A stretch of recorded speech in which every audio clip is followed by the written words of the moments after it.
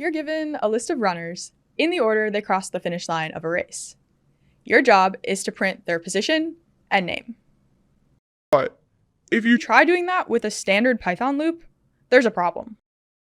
You only get access to the list items, not their indexes. So how should you enumerate the runners? Accessing each item's index as we loop through a list is a very common need in programming. So common that Python has a built-in way to do it, the enumerate function. To use this function, we call it right in our loop header. As an argument, we pass in the list we want to iterate through. In our example, that's runners. Since we don't yet know what enumerate will generate on each pass, let's rename our loop variable x. And to reveal what x holds, let's print it. Running the code, we see that enumerate produces pairs of indexes and names. Each pair is called a tuple. If you want to learn more about tuples, including how they compare to lists and sets, check out our video linked in the description. Nice, we're getting somewhere. With enumerate, our loop now walks the list and pairs each runner with a position. But to print our information in a more readable format, we need the index and the name as two separate variables. We could pull them apart by indexing the tuple, with entry 0 for the index and entry 1 for the name. Running the code, we get the right output, but pulling values by index makes the loop harder to read. For someone taking a fresh look at this code, x0 and x1 don't say much. To make the loop clearer, we can split the tuple's values into their own variables, right in the header. To split the tuple, we replace our x variable with two variables, I and runner, separated by a comma.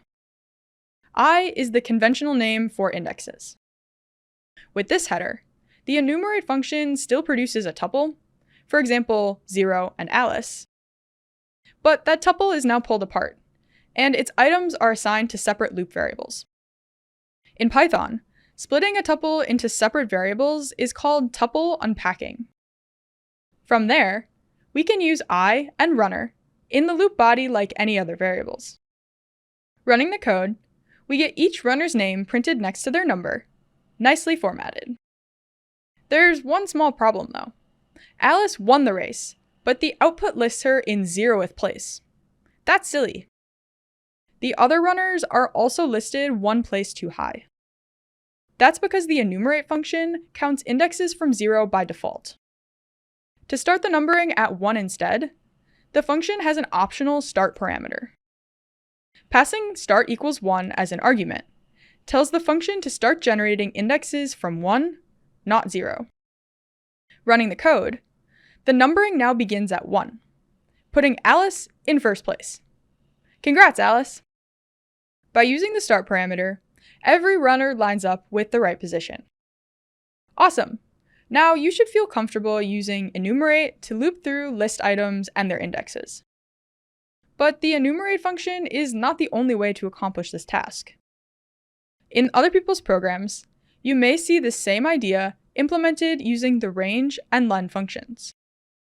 From there, to access each runner, the code has to use manual indexing, accessing the item with brackets. And to make sure the places start from 1, in the print statement, we need to increment I. Running the code, we get the same output as before.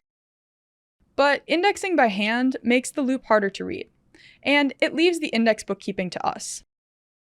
Every one of those manual steps is a chance for bugs to creep in.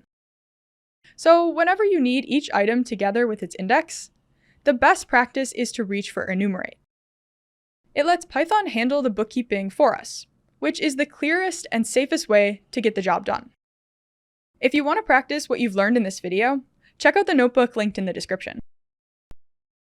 We're working on lots more Python explainer videos like this one, so be sure to subscribe so that you don't miss out. If you have any questions or topics that you'd like to learn about, let us know in the comments below. We'd love to hear from you. Thanks for watching!